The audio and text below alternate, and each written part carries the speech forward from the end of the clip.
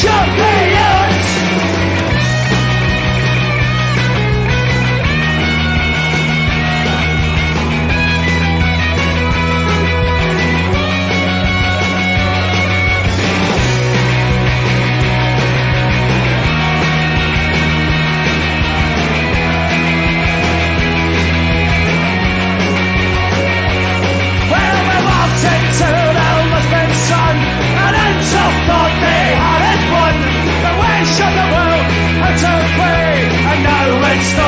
Celtic way, wait for the ball from side to side, and then Toby tried to hide.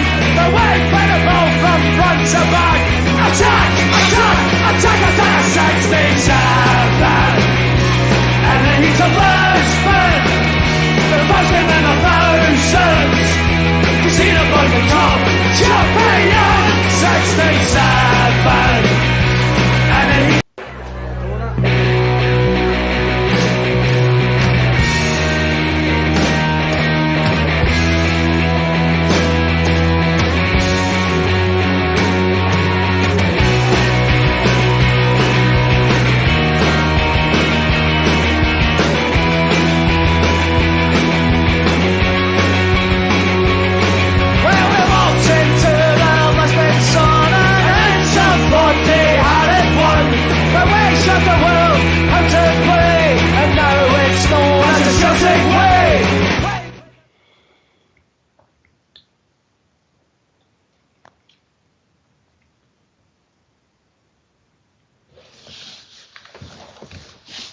Hello and welcome to episode 58 of Celtic Rumours TV, the Balls and Bovril podcast with your host Mark and myself Paul.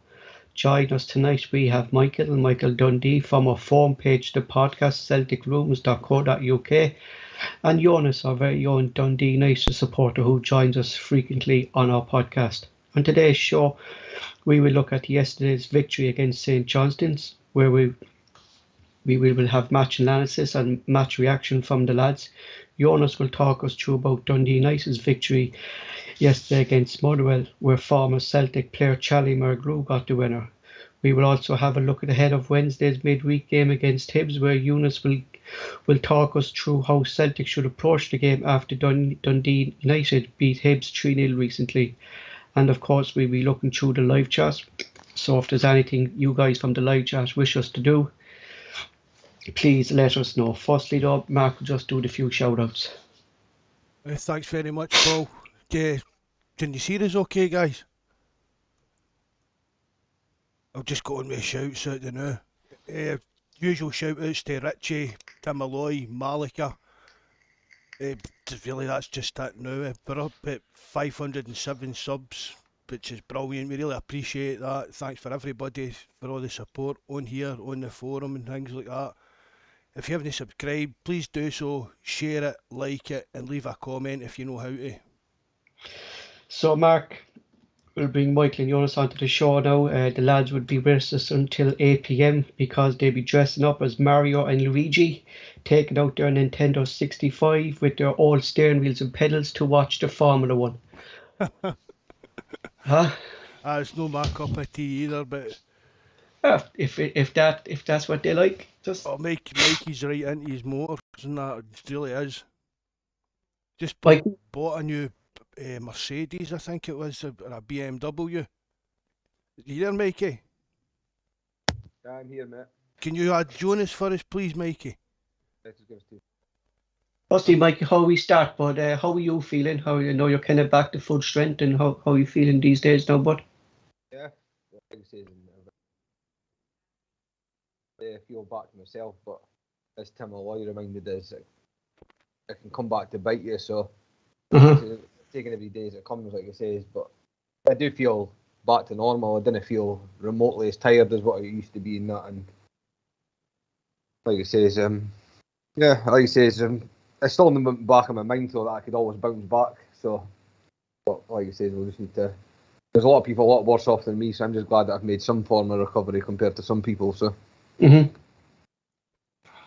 Perfect. Is Joonas with us? Must be just connecting him up. I see the cases of this COVID are shooting back up as well. Well, that's not a good sign. Like I say, this is what I can stress to people enough how important it is to get your Jags. There's a lot of people still putting it off, but there's that many drop-in centres now as well that, like I say, there's no excuse to not be fully vaccinated because you're just putting other people at risk. You know what I mean? Mm-hmm. Not just yourself, Michael. Like, you're putting other people at risk as well. You're dead right, and it's the same here. And all of the cases have been jumping up to the thousands, 3,000s. You know, it's I know our country always kind of opened up fully this weekend. You know, so it's still a bit of a major concern for some, especially the elderly now. Again, you know, the kind of fears seems to be coming back into them, Mikey. You know. Yeah, well, like I said, I've kind of made, like I said, I got married on the 3rd of December this year. Mm-hmm. And I've kind of made a stipulation to everybody that's coming to my wedding, whether it's night guests or during the day, if they're not double vaccinated, then they're just going to need to pass on the day, because I've got my elderly gran and granddad at weddings, and my mum's obviously still going through radiotherapy with cancer and stuff. Exactly, but I'm not prepared to put people at risk over the sake of them not being vaccinated. So either get vaccinated. Like I said, I'm not being a Hitler about it. If people don't want to get vaccinated, then that's fine, but you're going to be in my kind of company or at my wedding or that. So No, you're quite right, Mikey. Mm-hmm. For a start, it's your day. And as you say, you've got all relations, your mum doesn't keep well and that. You're quite right saying that. Yeah, that's exactly, Mark. Like, I mean, you want to keep your own personal people around you kind of safe as well. And Mike, I understand totally what you're saying there, but and I definitely would. But going back to the word vax, Mark, sorry, on the banter page of the forum, United Ireland didn't get the joke about the vax Hoover. No, I know. I didn't. Oh my God! Did you see that, Mikey? no, I never seen it. No. Tim and I was saying he was bringing his vax Hoover to the Celtic match yesterday, and A joke about having to drag his vax up the London Road and up to the top flight, and it just went right over John's head. He started going about something about the vaccinations and that. Just, are you there, Joonas?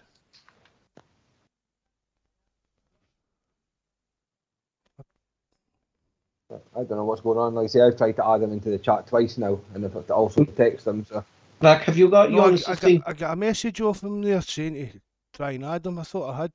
Hello. That's good. All right, Joonas. Welcome back, Joonas. Thanks for coming on again, Joonas. Cheers for having us. Before we start, lads, I just want to give the mic there to Michael there to talk us through maybe another charity event coming down the line, Michael. yeah, like I say, after the success of the first charity match, we will release well over £3,000, including gift aid. Like I said, I sent Mark a letter. He'll probably post it on the forum later. From the Women Fae Night that organises the NHS charities. Just thanking everybody for their efforts in the build-up to the charity match, and I've decided to put together a second match. It'll probably be the start of next year, probably January, February.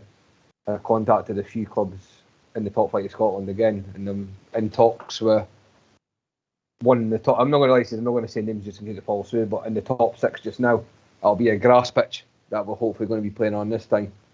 And I'm wanting to raise money for cancer. I know a lot of people do it for specific cancers, but I'm just wanting to raise it for all forums, because I think everybody, research or something like that, Mikey. Yeah, I think everybody knows someone in their life that's been affected by cancer at one point.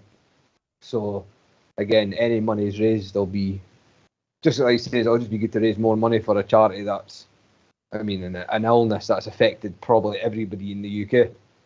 So everybody gets to play a bit of football. We'll get to raise some money, and like it says, hopefully this time we could have spectators and guys there that were wanting to come the last time but just couldn't due to the whole COVID pandemic. Like I said, it'll be good to get spectators in the stadium and that. So It'll make a big difference to it, Mikey.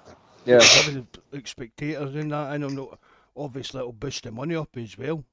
yeah, like it says, it was a nightmare to arrange. Obviously, the last time just because of the pandemic that we were in.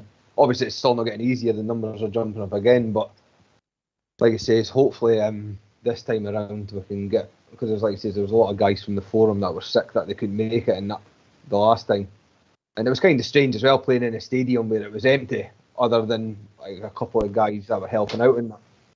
So, like I say, as soon as I've got more details, but the plans are in motion now, and like I say, I should have details in the next few weeks for venues and that again. And like I say, this will be a bit more notice and date set further, so we've got more time. Like I say, the last time was the first time that I put together anything of that magnitude.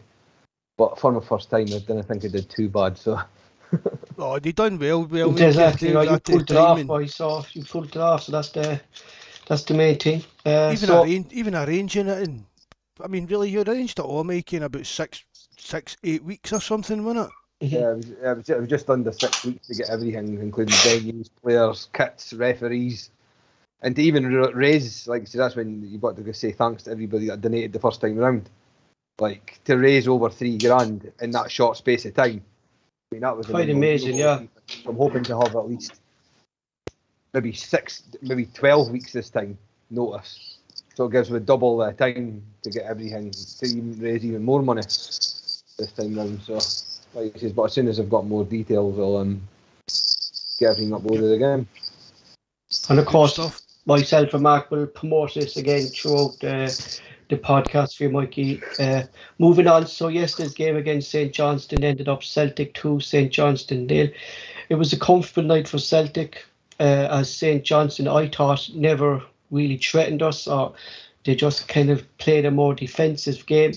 Before kick-off, our possibilities of winning the game was 70-60%. A defeat was 7% and the draw was 17%. The starting lineup was Hart, Radisson, Vickers, Starfelt, Jovanovic, Roderick, McGuire, Turnbull, Abada, Kyogo and Yatter. 2 changes from the Fenerbahce game, Jovanovic coming in for Montgomery and Giacomakis coming in from Abada, who Mark and myself said in previous podcasts that a rest would do him good. It was our third different left back in 3 games. Johnston, Abada and Yeti came on all as subs. Starfelt surprisingly had the most touches with an unbelievable 152, with Kevin Vickers next on 127. Starsfeld also had the most accurate passes at 127, with Vickers and McGregor on 106 each. For accuracy, Hart was the top at 96%, with Starfelt and Turnbull on 93. Turnbull had 6 key passes in the game. A total dominant performance, 79% possession over 998 touches versus 367 for St Johnstone. 220 touches between 30 and 45 minutes was our most in any 15-minute spell in a game, and it was 91% possession. Passing accuracy for Celtic was at 91%. And St Johnstone at 63%. Aerial duels won. Celtic had 62%. I watched the game, and I must say, Mark, he's been getting criticism a lot, but the stats coming out, Starfelt really seems to be growing a nice partnership with Vickers, and maybe the defence is actually gradually settling down. It's a third clean sheet in a row, Mark, and it's looking good for the defence at the moment, isn't it? Oh, well, you can't complain about anything about a clean sheet, Paul. Mm-hmm. If you kept a clean sheet, the defence and the goalkeepers done their jobs. Mm-hmm. And I didn't really see much. Didn't really see much of the game yesterday. Could have gone to mass, but only saw about the first half hour. So I'll just need to go with you guys are saying. Yeah, but just going by it, Mark, as you said there, like the 3 clean sheets in a row. It's I think it was maybe December last year. I think it was the last kind of. I read that the day on Twitter. So yeah, that was the last time we did that. It was against Hibs, I think, and stuff like that, when we had these 3 clean sheets. But it's shown as well, Michael, the experience that maybe Hart is actually bringing into the team, and the defence is getting more settled with Hart. Yeah, like you say, I didn't think it took much to keep the clean sheet yesterday. Like you say, I watched the full game, and it was listening. Just I would agree that it's probably the worst game I've ever watched. Once, like St Johnstone had no interest in playing football that whole game. Like they could again, it was one of them that I was just glad just to hear the final whistle and then move on to the next game. Because for a team to like set up like that the whole game with no intention of attacking, like normally in the last 5-10 minutes, there's a team will throw another striker on or maybe go for it or that. There was just nothing the whole game. It was just like I don't know what you were saying, Paul, and obviously Mark never really caught much. No, of it, I was the same. I was just surprised that the way say Johnstone set up for the game, considering their 2 cup runs last season, Michael. They offered nothing. They offered nothing, and only for Xander Clark it could have been a lot more. You know. Yeah, they've lost a few players in that St Johnstone, but that's still like it says they've brought in players in that as well, and that's not like I can't remember them playing like that last year in the cup run, so I'm surprised, like it says, and I don't know if we'll get on to it, but regarding the striker, I think his name is Chris Kane or whatever he is that played up front. Yeah, I have that. Yeah. That, how he stayed on the pitch after what he done. Again, just confirms what we're talking about. I was actually going to ask Joonas about that. Joonas, that kick by Kane, like it was a straight red card, Joonas, for the kicking out not once but 2 or 3 times on Cameron Vickers yesterday, Joonas. Yeah, well, like I say, I've seen the sports scene highlights and stuff, obviously, and you can't just kick a boy. Like the boy's fell over, he's on the ground, so what's he kicking him for? Like, and the thing is as well, he was the same when we played them earlier on in the season as well, throwing his elbows. I think he elbowed Mulgrew in the face and stuff like that, and then rolled about faking injury to try and get other players booked and stuff. So I've had a few run-ins with that Chris Kane against United, and I've never ever took him. I just think he's just a big clumsy sort of. He's just there to be a nuisance. He's limited football ability, and he just sort of tries to throw his weight about, and he doesn't really do anything for me either. Like, he took a bit of a swing at Carlton Vickers as well, didn't he? Yeah. He even got up off the ground for the clip passing. One thing, Mark, that actually impressed me, Joe, and that was Hart showing his experience in running up from all the way from his goal and putting Vickers away. You know, Hart showed like trying to not get him involved in it. You know, That's because, just experience again, isn't it? Just showing Mark what he's actually bringing to the club, isn't it? I'm surprised Tony Ralston didn't chin the guy. Yeah, I think that annoys me as well, and now, but see if Scott Brown did that yesterday, that's 100% been a red card. And splashed all the papers this morning. It would be like, or if it wasn't a red card, it would be, well, that'll need to go to the panel to be reviewed because of violent conduct or whatever it would be classed as. So, like I said, it'll be interesting, like he says, because it wasn't just 1 or 2 kicks, it was 3 kicks, and then when you actually see the replay, I think it was Mark said he's quite right, he did swing at him and he actually did catch him with a punch as well. I mean, see, really, one kick you can give, exactly. There's a chance that the ball is going to break away and you can get the ball, but not if there's 3 kicks at a guy when he's lying in the deck.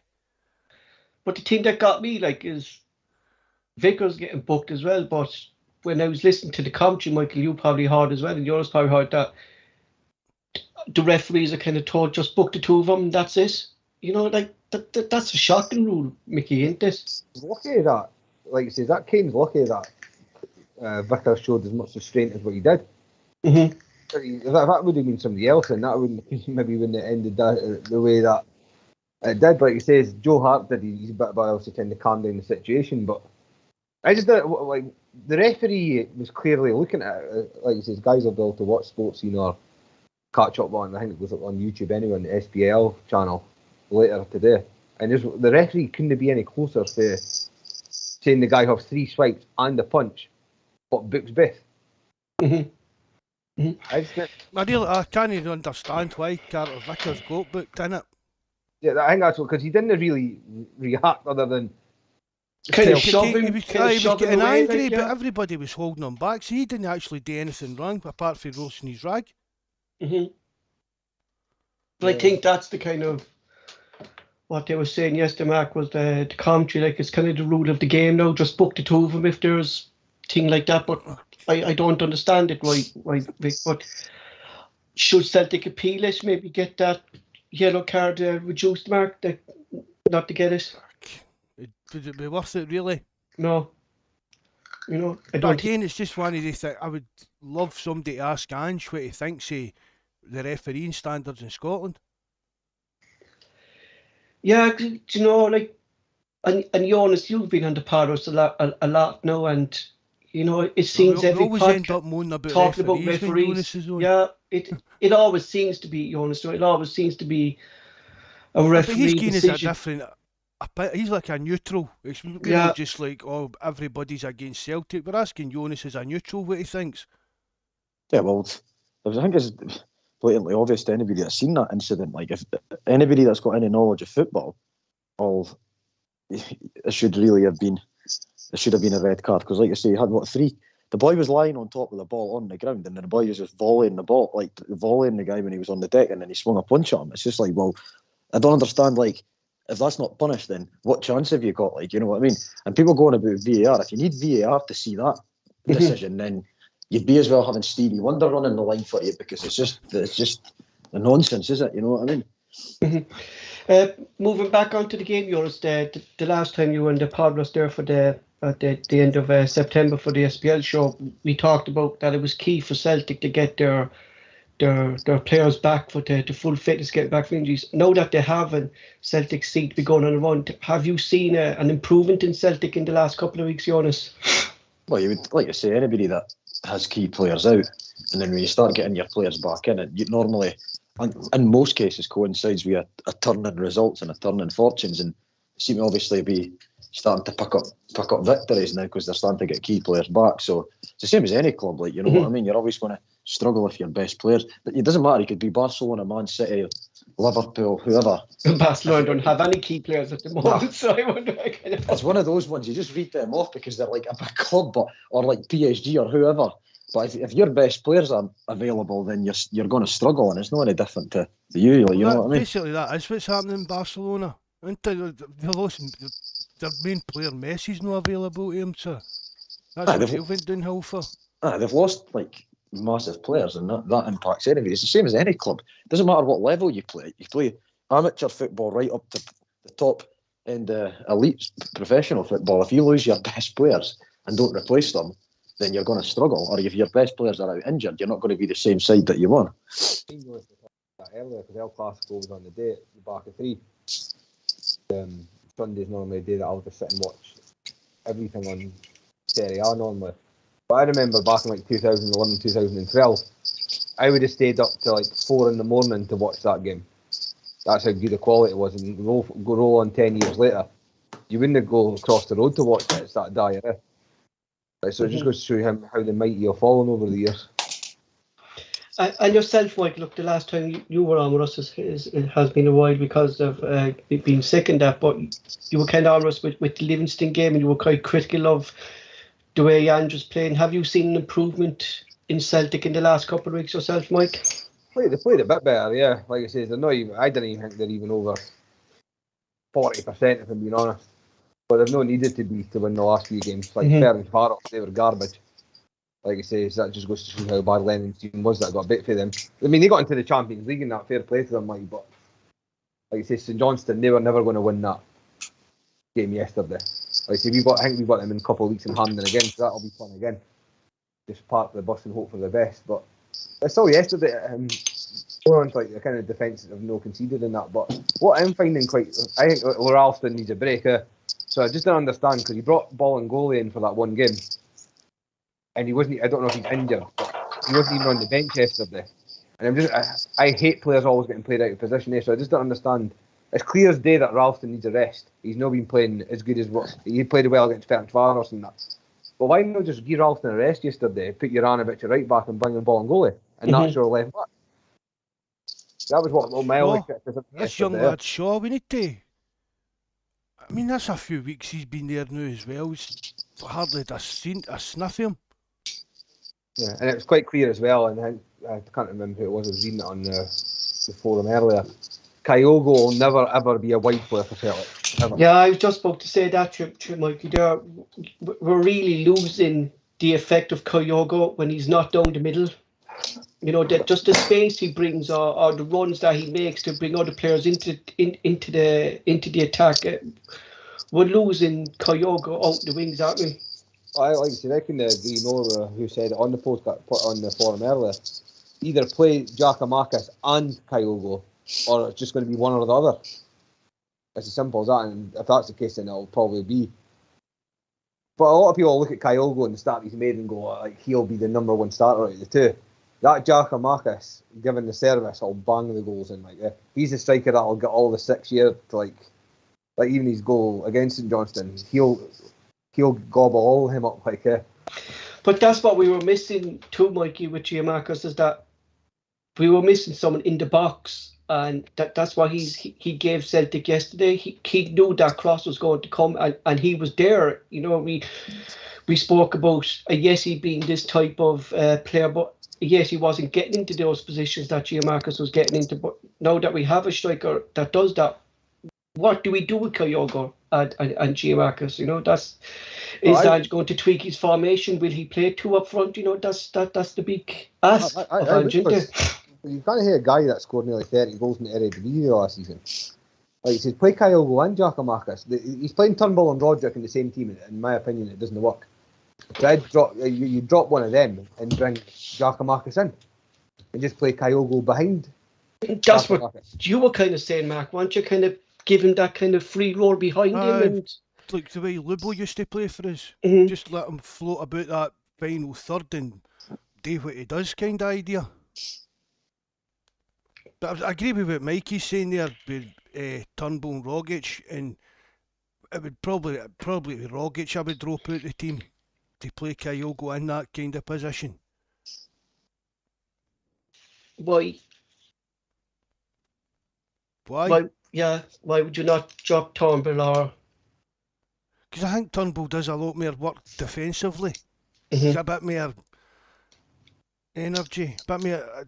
I don't know, it's dynamic. You're right. Do you know what I mean? He puts a harder shift in than Rogic.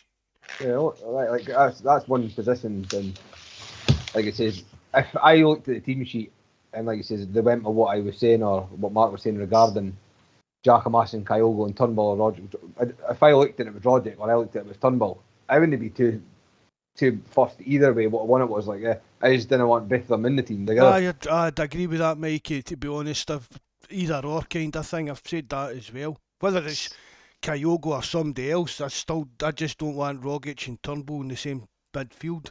I'm just glad, like you say, it looks like they're going to get some early business done in January as well. So get the players in early as well. That'll be another good one. Did you watch any videos of that boy that Mikey Paul was talking about in the last podcast, that Maeda? Yeah, he's in Maeda, yeah. Put it on the forum. I think that's. I think, Michael, that's going to be a done deal. I think it's. I think Ange is already speaking to him. Like when asked in the interview there, was that after the last match, he kind of didn't give nothing away, but he didn't say we're not interested in him either. And like this fella's speed is unbelievable. Like, you know, like if you have like our attacking threat at the moment, and I'll ask Jon about it there as well. Like the pace of our attack is frightening, Jon, isn't it? Well, at the end of the day, if you ask any defence what they hate playing against, it's just sheer pace. Because it's probably the hardest thing to defend against, because if someone's faster than you, unless he's one of them that's just like a headless chicken that can run and can't take the ball with them, normally, I just don't think you can be a decent football team in this day and age without pace. You know what I mean? If you're slow, you're going to struggle. But like you say, obviously with That's a Mikey answer, isn't it? There's nothing without pace up the wings, Mikey. Yeah, and that's what I think. Jonas has been pals with me that long now. That your brainwashed them into it like, well. Like you said, defenders will play against a forward like Kane all day long. They love these high balls. You know, they love the physical challenge. Like, that's night and day to them. These kind of forwards like who aren't pacey, but when the likes of a Kyogo or Medida or Yossa or Abada, whoever, they don't like it. They don't want to run, like, you know. When a bit of the game I did watch yesterday, Paul, I noticed that Jota, he'd been stinging the boy, like cutting inside him for the first maybe 15-20 minutes, and then the next thing he just took the boy in the outside and down to the byline and crossed the ball in. And I think it was Darren Adair that said, that's Jota get right inside that lad's head, because now he doesn't know what way he's going to go when he Yeah, gets the ball. 2 feet, Mark. Yeah, I know Darren Dewson. But Mark, you said about this too, as well in a few podcasts, that most of our attack comes down the left. Aye, but it does. And 43% of our attack was on the left yesterday, and only 27 on the right. Like, is that showing that Jota is the man to create chances now, or what's going on there? Why is this not a balance? Is what I'm saying, you know. I would like to have seen what the stats were with the left to right tank ball when it was Abada that was in. Because I was thinking about it and thinking, well, see if you're always going down the left or the right, we can't fault Abada for having a quiet game. Exactly. You know, and that's what I was saying. Like yesterday, everything came down the left. Like just going back to what you said, Mark. Like the lad didn't know where Jota was going to go. We've put Kyogo on the right hand side, who's supposedly our star man, and we're still going round this left hand side. Yeah. Look, it's just a shame that we've twice for every once kind of idea. Just a shame that we've not got really many other options on the right just now, because it's quite clear that Abada needs a rest. Like he needs, in my opinion anyway. People might say different, but he's definitely not as sharp as what he was at the start of the season. No, I'd agree with that, Mike. I said he's never really came back, Mark, kind of fully fit. Really, after kind of had an injury spell out there a couple of weeks back, he hasn't really came back the same player since then, you know. And what I'm reading from reports is that Forrest could be out for maybe another 2 games, you know. So when Forrest comes in, do you expect him to slot in there? Maybe Abada get a rest then, Mikey? No, I think the term I use, I think Forrest is slowly but surely on a sticky wicket with Celtic just now. Because if he keeps being injured, and then, like say, come January, Maeda and that comes in, like, they'll play Maeda for the right, Jota for the left, and Kyogo and Giakoumakis in the middle. And that's why Abada on the bench. And then where's Forrest going to find himself? That's chugging material, that, Mikey, isn't it? Yeah, but that's what I mean. It's just, that's what it looks like it's going to happen, is it? Like, I agree. I think Forrest will be a squad player for us really now going forward. Yeah, because like I said, he's obviously unfortunate with injuries and that, but whenever it seems like, actually going away from Forrest for a second, actually, because I've ripped on this guy for the last year, I think, but Mikey Johnstone, since he's came back from fitness, looks like a different player. He did. I was actually very impressed with Mickey Johnstone yesterday, Mikey. When he came on, I thought he looked slick on his feet, and he was making passes, he was making runs, and he was very unlucky not to get a goal himself that hit off the post. Like, so, like, that's another option that we have coming off the bench. I just want to tap on one thing there. What Miles is saying there is, like, it will all even out when Jovanovic goes back to right back, Mark. Do you think maybe because Ralston is there, Mark, that Abada's maybe the right hand side isn't getting that service that the left hand side is getting? Or I think Ange is just getting Ralston's game because he has done so well. But I do think he needs a rest, and let's see what Juranovic can do on the right hand side. Moving on from that, look, I just want to come to Joonas there. Is Dundee United, sorry. Yesterday, Joonas at 2-1 against Motherwell. Former Celtic player Tony Watt getting the penalty, but Charlie McGrew getting the winner. What a player he's after becoming for Dundee United, Joonas. Well, he got the winner, but he also got the assist as well, yeah. The first goal, where he's rolling back the years with that wee bit of trickery on the wing and then the cross in, like, you know. And then obviously for his centre half partner Edwards to get the first goal, and then he gets the second goal. But he's came in and he's steadied the ship at the back for us, because before it was just hoof, McConnelly and Reynolds. But with him, we get the ball on the deck and play out from the back, and he's just made Edwards a bit, like, the two of them have just made like an unbelievable partnership. The least goals conceded in any top league, and out any league in the country, I think it was up to a couple of weeks ago anyway. So yeah, really solid. And like I say, Mulgrew's, I mean, there was a lot of boys raging when he signed. Boys were like, oh, what are you giving a 35-year-old a 2-year deal for? But Mulgrew's never been blessed with lightning pace anyway. And I thought I was quite happy when he came in, to be honest with you. And he's came in and he's been a brilliant signing. Mackie hasn't he? Like, Mulgrew would have done a job for us this year, probably, the way our defence was at the start of the season. With injuries to Julian and that, so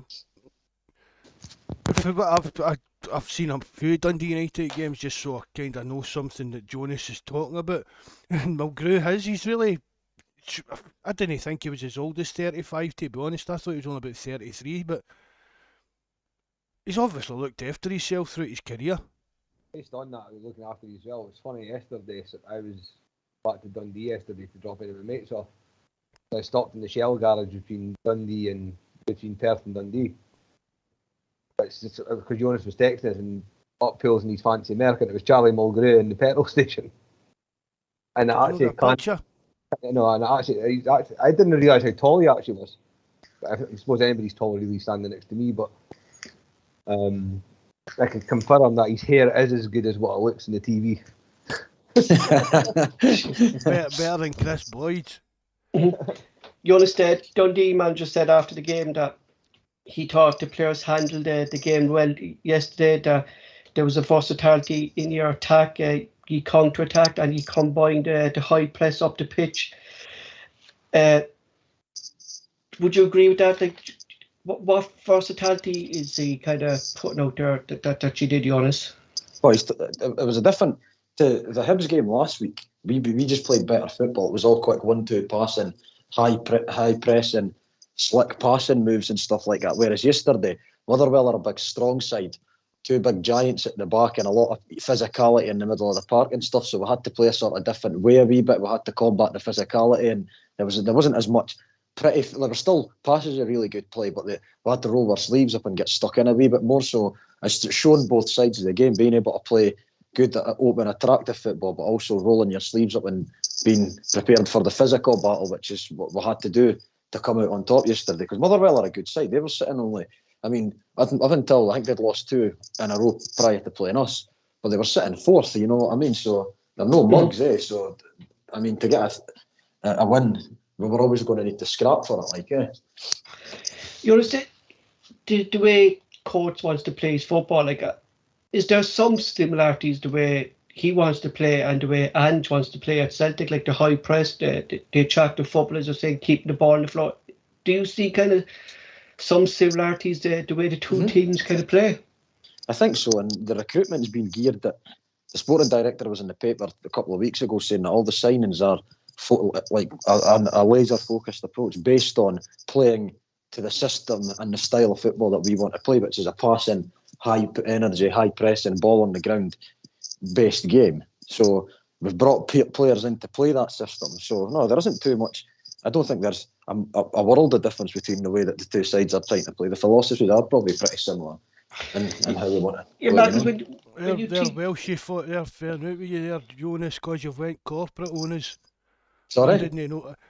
Welshies fall out with you because you went corporate on us, going into the snobby seats at the game and that. Oh, right, the hospitality, I know. We need to check your credentials in future before you come on here. I know, no prawn sandwiches were consumed before this podcast, I'll let everybody know that anyway. But Mark, there is kind of similarities, because going back to the Dundee United game, they really were the only team who kind of attacked Celtic in a high press way in the SPL, as we would do with when Celtic are playing, isn't there? Sorry, Paul. What was that? I was reading live chat there. They said there is kind of a similarity to the way Dundee United played, the way Celtic played, because if you think back to the Dundee United game, Mark, they were really the kind of only team to get at Celtic in high press. Well, definitely, Paul. They were one of the better teams I've played against all year for it being an open game. But Mikey's talking about with St Johnstone yesterday, just didn't have any attacking interest at all. Whereas Dundee United, they basically went toe-to-toe with us.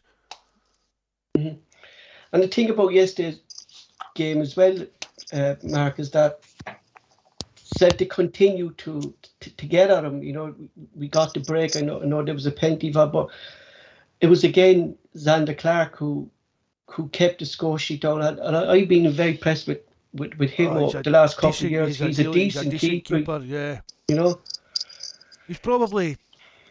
I don't think he would be happy enough to come to Celtic, but he's like sitting where bench is number 2, but he's better than Bain for a start.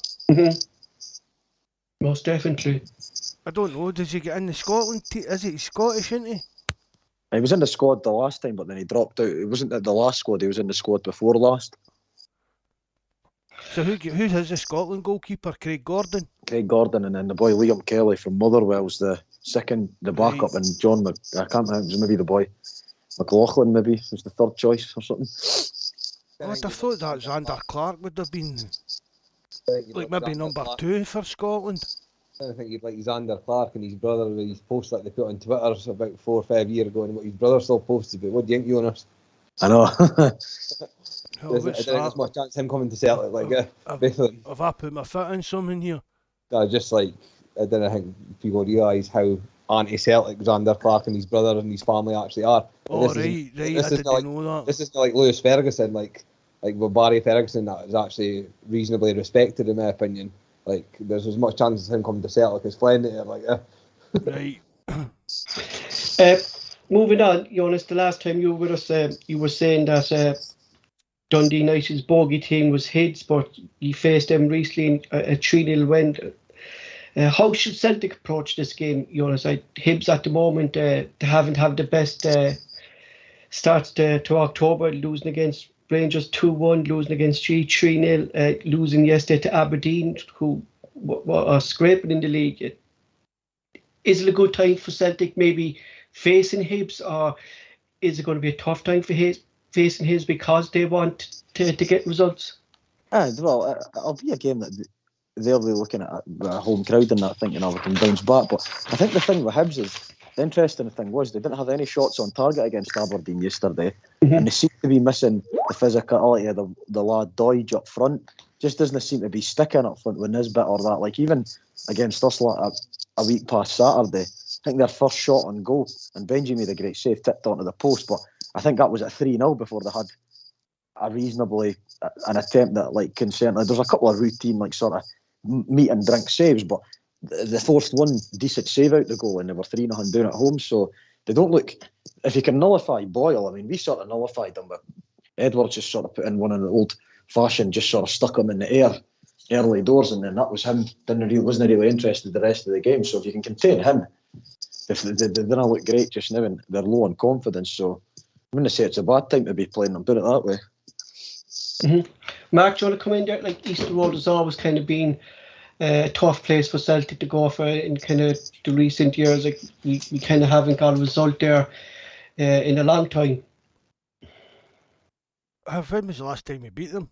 2009, 6th of February. 2019. 2-0. 2-0 Oliver Burke and bear with me. Christie got the goals in that game. It was 2-0. It was a Wednesday night, 6th of February 2019. Well researched there, Paul. Can't pull that. You know, it's that's what I'm saying. Like it's not has it just been a bogey team for Dundee United. Like Easter Road's always a hard place for any team to go to. It's like Aberdeen, Tannadice. Over the years, it's usually hard to go there. There's always freak results. I mean, we went to Aberdeen and pumped them a few times and things like that. But when you're up against these teams that are looking to, they're all chasing third place in the league. So they make it hard for anybody that's going there. Just as long as we turn up. Celtic will absolutely pump Hibs on Wednesday. I'm that confident. Do you think, Mikey, it's a good time to be meeting Hibs now? But I was reading, doing up the podcast there, I was reading about Hibs that they were being booed off the pitch against Dundee United. They were booed off the pitch again yesterday. The fans were on their back. Someone was saying they're actually in a crisis at the moment because they had such a bad October. And with Celtic, now coming to form and or players come back, we'll start to see more fluency. Do you think it's actually a good time to be facing Hibs? Good time to be facing anybody with Celtic just now because they've actually got the team back. There's no chance that Hibs are going to get a result for Celtic on Wednesday. Like you say, Hibs, it's ironic Hibs fans booing because they've lost the last couple of games and stuff. Hibs as a team aren't even that good. They're lucky to even be where they are in the league as a start. Like they've got that Kevin Nisbet again, as I called it early in the season, overrated. Had one good season and everybody wants him signed. Goes and plays for Scotland, even though when he's played for Scotland, he's only had cameo appearances. Never a Scotland international. The only decent player they've watched, Boyle, and as soon as you put him up in the air, then he doesn't want to kin. Mm-hmm. You know what I mean? Like I'm so confident on Wednesday at getting the result, and I think it'll be a comfortable one too. Do you know, like that left back they've got, Mikey? Is it Doig? You just pronounce it Doig. Even he's not had a great start to the season, like I said. But Mark, going back to what Mikey was saying there, all the hype about signing Naismith at the moment and stuff like that. Like Joonas was saying there, they didn't even have a shot on target against them. Like, and people were crying for us to sign him. Like, you know, maybe Celtic shouldn't be looking at Naismith and maybe go what Ange's seen, like this kind of Mida and stuff like that. They'd probably get a better player for abroad for the kind of money that Hibs. The likes of Mida value mark at the moment is 600,000. No, what I find hilarious is there was guys on the forum that were clamouring to pay £4 million for this Kevin Nisbet. And Mida is what, Mikey, 600,000 was right when I was doing up the player Nelson last week. It was 600,000 he was valued at. I think Celtic paid what, £2.5 million for Giacomo? Transfer market. No. Don't. Is that the transfer fee? No, that was on their value, Yokohama. Oh, there you go. I mean, even I've not really seen that much in us, but what I've seen from him, sometimes he plays well, sometimes he doesn't. Mikey's usually spot on with his judgment of players, but they're no way in the world I would pay like the £4 or £5 million for him. Why would you pay £4 million for Nisbet when you can get Giacomo, who was the top goal scorer in the Eredivisie, for half that?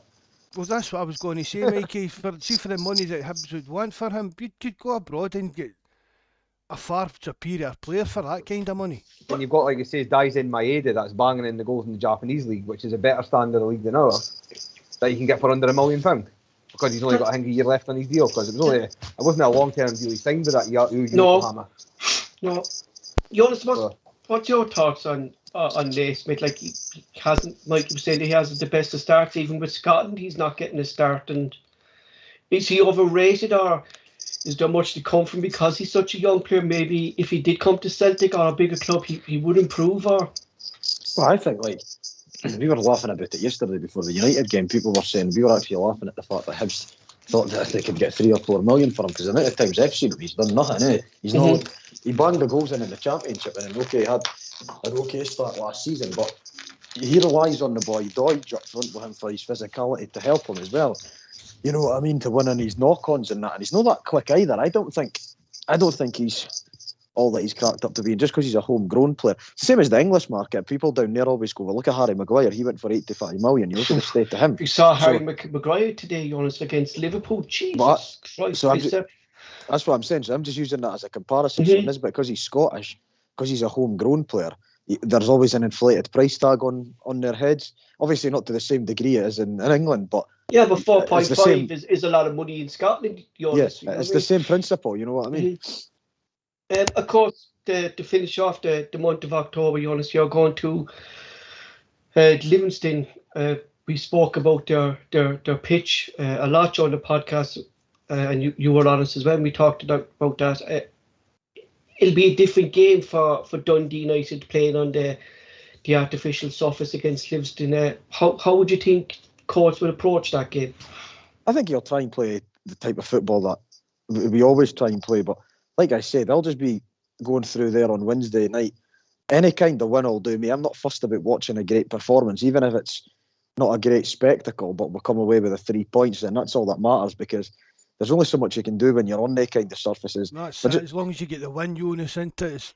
Just try and get the win and get out of Dodge. That's exactly it. Just get there, get the win, like rob the bank, as it were, and then get on your horse and hightail it into the sunset. That's kind of the way that we'll be looking at it. Just go there and try and play the way we have done. Try and keep the ball on the deck, pass and play football, but make sure that you come away with the result. And like I say, I'm not going to be sitting here losing sleep if it's a scruffy 1-0 and a late goal or something. You know what I mean? Mikey, as we know ourselves, Mikey, and you were frustrated after the Celtic and Livingston game recently, but it is a tough ground to go to because of that artificial turf, Mikey, isn't it? I just hate art at any professional level. Like you say, there shouldn't be artificial surfaces. It's embarrassing for Scottish football to even have like. Livingston will use it because they see it as because it saves them. It's like some form of saving them money because they can hire out their pitch and they just train on it and that. But like I say, it is a sporting advantage when you train and play on that pitch every day. I don't care what anybody says. If people say, well, we can't keep blaming the pitch. There's obviously going to be an advantage when you're playing on it every day. That should be like, there's surely got to be a rule that comes in eventually to state that all professional clubs and certain level of football got to have a grass pitch. Mark, not only do they have to worry about the artificial stuff, but Livingston as well, our physical team, we found that out there. They go in for hard tackles. Like Dundee United have to be prepared for that as well. The way they play their football, they like to press out, but they have to be up against the physicality of Livingston as well, don't they?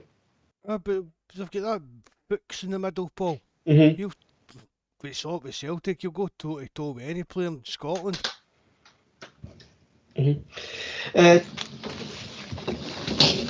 Sorry. 1 minute there. My wife has just come in to get her phone charger. Sorry about that, lad. She just interrupted me. But that's a yellow card for her, Paul. Don't be interrupting the boys. You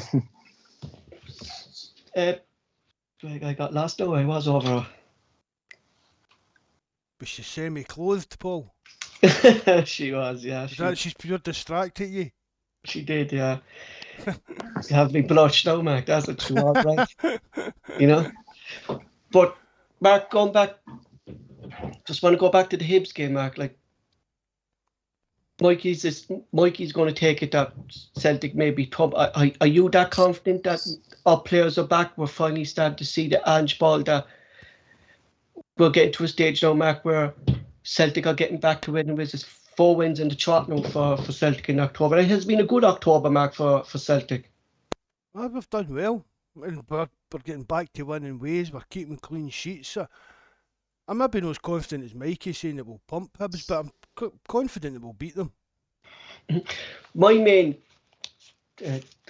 delight of this Celtic team, Mark, at the moment is the clean sheets. You know, it was key last season that you saw us like any shot. Yeah, we're a big worry. It had been for a couple of months there, but seems to have sorted itself out. Is that down to maybe Starfelt's Mark, looking a bit more comfortable? Do you think, Mark, is it down to Vickers coming into that defence? Has he brought a difference to the Celtic defence since he came in? I think he has. I think he's brought a bit of physicality to the defence, but Starfelt's just looking more settled. Juranovic we just kind of but nothing phased seamlessly, like, didn't he? He's penty again yesterday, Mark. You know? So I think it's a part of just everything's starting to come together a bit, Paul. Even down to the coaching and things like that. Mikey, what's your thoughts on the Celtic defence lately? The 3 clean sheets, Mikey, has been it's been great for the defence, hasn't it? Yeah, they've been good, but I don't think they've really had much today, if I'm being honest.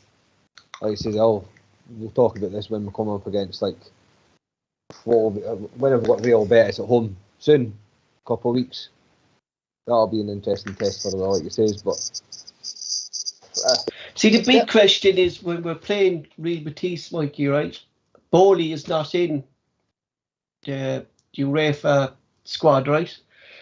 So, does he play Jovanovic there, or does he put Jovanovic into right and bring young Montgomery in? But myself and Mark were saying with Montgomery in the Europa League, Marcus seemed to be kind of a step above him, didn't it? That he wasn't able to handle the European game. He looked a bit out of his depth, Paul. Mm-hmm. Yeah, but in Europe, though, you would just play Scales at left back and put Juranovic at right back. Mm-hmm. I think that's what's confusing me about this whole Scales thing as well. Yes. The guy's played in the Europa League and Conference League and scored goals for Shamrock Rovers and that. And every time that I've seen him play, which is, again, he's not getting a lot of time, he's looked more than capable of playing in the left back. And Mikey, he's got to be fit because he's came for a team that he was playing every week. You just said he played in the Europa League and things like that. And I don't understand that with Scales as well. Again, but anyway, you just better watch your time, Mikey. Yeah, like just before we go off, Mario Kart. Just before we go, before I go off anyway, just like Ralston, like Evan Ralston, big, like again, Wall said was piece season ago and that, and he's been outstanding this season so far. But he's never going to be Celtic's right back this season. It should be Juranovic. Like he says, I didn't understand this whole ball and goalie thing about fans turning on him and that mistake last season. When he's played, and to be fair, we saw more fluency, didn't we, Mike? He seems to be the one that's mostly suited to the way Ange wants to play because of his pace as well, doesn't he, Mike? I think that's what I said that in the chat as well. That's what's frustrating me. Like he says, because out all the left backs we've currently got in the books, he's the one that fits the way he wants to play. Mm-hmm. So I don't understand. He came in. It's the only position. People really want to forget all that stuff about the COVID. No, it was a mistake, and see at the time nobody knew things were going to pan out and things like that. So as you say, Mikey, people going daft about it and just bury it. It's in the past. But he is the only one, Mark, because we haven't seen enough of Scales, right? And I personally think Scales should be given a chance because of what I've seen of him and the type of player he is. But if you're not going to play Scales, the only rightly player to play that position is Bolingoli, because we saw Taylor couldn't do it. Montgomery, right, he's young, he still needs to improve. He's not going to be your number one left back at the moment. But Bolingoli, Mark, is the only realistic one who can play that position. And by playing Juranovic, you're taking out of his best position as right back. Like, I know he's done well at left back, but Mark, it's not his natural position. Like, why are we playing a player left back that's not his natural position, you know? Well, maybe Ange just feels that Ralston's playing that well. Mm-hmm. He shouldn't be dropped. But as I've said it as well, Mikey said it just 2 minutes ago. For me, he needs a bit of time out. Mm-hmm. But I said about a bad idea. We're just playing every game. I mean, Buzzard, maybe you'll know, Paul, but Ralston must have been one of the players that's played the most minutes. Oh yeah, this season. Without doubt. I think he only missed. I mean, even Callum McGregor's been took off during games. Yeah, and Ralston hasn't kind of been substituted. I think did he miss 2 games, Mark? I think because of a COVID issue, kind of just before the internationals. There, he was out for 2 games. And it kind of came out that he had COVID. If he's been fit and available, he's been playing. Mm-hmm. And going back to what, look, Mikey, you know yourself, you know, if you're being hit with COVID, like, to get your levels back up, it's going to take you a good couple of weeks to get your levels back up to where they need to be. 3 months. Mm-hmm. What I mean, like, people think that they get past it and that, and they get the taste and smell back, then that's them recovered. That's not even close to being recovered. Like I say, I've now got my taste and smell back now, but the fatigue that I'm still showing on certain days is like that. So I can't like, for football players that have had it. Like, I understand why it's taking them so long for them to come back, because to even get yourself out of bed some mornings to even go to work is nigh on impossible. So to go and keep up that level of performance for 90 minutes, it's just, you're not going to be able to do it. It's as simple as that. I mean, Tim Alloy caught it months ago, Mikey, and did not get some other health problems, and it's all deserved itself kind of thing. But Tim's still struggling with certain things. You know, even my buddy at work, Mark, he's still struggling after he kind of caught the same time as Mickey, and like Mickey said there, his smell's only coming back now as well, you know, and fatigue, he could be grand, say, in the morning when he gets up, but later on in the afternoon, he's physically shattered, you know. No, No, it's clear cut And as you know what everybody's. the A lot of people confusing thing think. is, though, Mark, like, is What? that you're still football players kind of not vaccinated, you know? There's football players who don't want to I get know that's vaccinated and weird. stuff We've like that. spoke Like, about that as yeah, well. You'd have thought football players would be one of the first. yeah, you know. That's it from Michael and Joonas. They're off to pretend that they're Formula One drivers for the night. Enjoy it, lads. Vroom, vroom, vroom. Who are you rooting for? Is it Hamilton or is it? I can't believe that you just mentioned Lewis Hamilton on this chat. Why would you support him?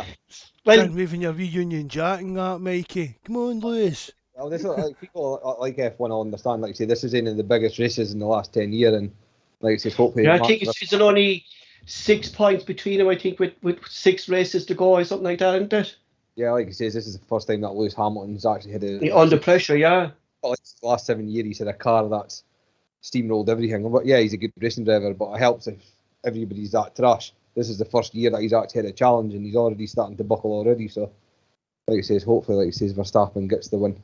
Be the only time I want somebody ducks the win. So Enjoy, and Jonas, you'll join us again maybe next week for the SBL roundup for October. Yeah, no bother, lads. Cheers for having us again. Good man, Jonas. Thanks very much for coming on. And you, Mikey, enjoy your racing. yeah. Cheers, lads. See you later. Good Mark, night. Mark, speaking of Hibs, former Hibs sporting director was spotted at Celtic Park yesterday, sitting in the director's box. 38-year-old Graham Matty could be next on the cards for director of football. Rumours are starting to circulate yesterday after he'd been spot marked that he could maybe become the director of football, Mark. It is a strange one that he was kind No, of... it was strange he was there, Paul. Why else, Mark, would he be at the match yesterday? Sorry, Paul, what? I said, why else would Matty be at the match yesterday, No, Mark? I know, aye.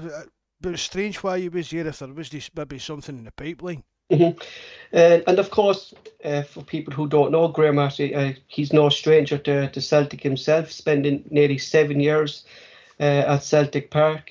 He was Scouts analysis between March 2008 to February 2012, where his role was Scouts analysis. He scouted the opposition, scouted the young players within the Celtic youths, helped promote them.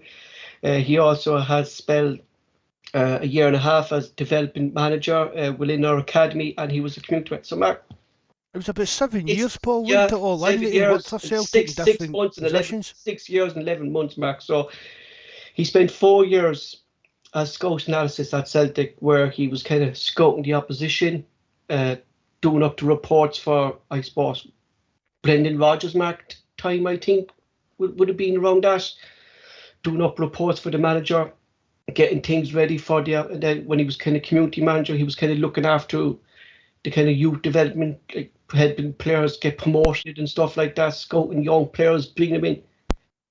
If I'm a betting man, Mark, and I'm not, like, it's ticking all the boxes, isn't it? No, it seems to be, doesn't it? Mm-hmm. But people already say, like, since they started, Mark, oh, we can do better. He was only at Hibs and stuff. It doesn't. That doesn't matter, Mark. You know, like, we're getting things in place that we want to be in place. We do need sports. One of the articles I sent you about him, Paul. I mean, it showed you like what he'd done with that with Hibs. So at Celtic, he's just basically doing the same thing, but in a bigger level with more money available to him. The thing that impresses me most about Mark is his age. He's only 38. He's young. He's fresh. He obviously knows the market, Mark, being modernised in football. Like we spoke about Martin O'Neill maybe coming about the director of football, Mark, where we were saying that he's kind of outdated. You know, he hasn't been in football for a long time. He's kind of philosophy in football is gone. But being 38, Mark, and coming to director of football at Celtic, like, you're showing maybe an ambition, Mark, that he does know the modern football, doesn't it? Definitely, Paul. Seems to be at fair talk, it's only Hibs, but you've got to look at what he actually has done. And- As you said, he's only a young man. Like we were always saying, Mark, that are steps being taken behind the scenes? Are things being looked at? But clearly, they have been, Mark, haven't they? Oh, they've got to have been, Paul. You know, When did this guy leave Hibs? It was only a couple of months ago. A couple of wasn't months it? ago, Mark, he left. Like, so I think, Mark, Was there maybe I something think, even Mark, in the there was a pipeline point, back like, because then? I was reading it, Mark, he only left Hibs roughly around January. All right, that's when it was kind of Christmas, January, and they were saying like that Hibs have big boots to fill in Graham leaving. They've big boots to fill. He's going to be a big loss to them as a club, but there must have been something, Mark, negotiations or something like that. Like, if he was going to come to the match, Mark, maybe yesterday, maybe he'd be sitting in the stand or something like that. But the fact, hold on Mark, 2 that seconds, Paul. I'm going to bring Welsh on for the last half hour, right? But the fact, Just you keep talking. yeah, but the fact that he was in the director's box yesterday, Mark, Nicholson was around him, Bankier was around him. There's something you can't not neglect the obvious, Mark. Like, why is Bankier around him? Why is Nicholson around him? Why is he in the director's box, Mark? Do you get me? Aye, there's obviously there is some, Mhm. we'll say, an official capacity, but he's obviously there, And even as a guest with somebody Yeah. off the board or something, Paul. and even looking at him, Mark, like he's been at Celtic as well, like, and we've known the problems within our youth system for years. He's actually been at Celtic working with the youth. It ticks all the boxes for me at the moment, you know. I agree, Paul. I think there might be something in it. Fingers crossed, Paul, get something done with this director of football. I mean, maybe it's no director of football is coming in as, maybe it's kind the of head of scouting, head of recruitment, or whatever you want to call similar it. to what Nick Hammond, Mark, was kind of Aye. role like that, like, because Ange at the moment, Mark, he does need to concentrate on the football team, and with the January transfer window coming up fast, I think the inexperience. Well, geez, where is that? Will I say a drunk Welchie Turn after your about camera off, Welshie, man. You'll frighten the wains. 6 bottles of Six wine. bottles of Buckfast and methylated spirits in. No, I just don't one at a time. Well, gee, what has impressed you about Ange at the moment, and are we finally starting to see Celtic click under Ange?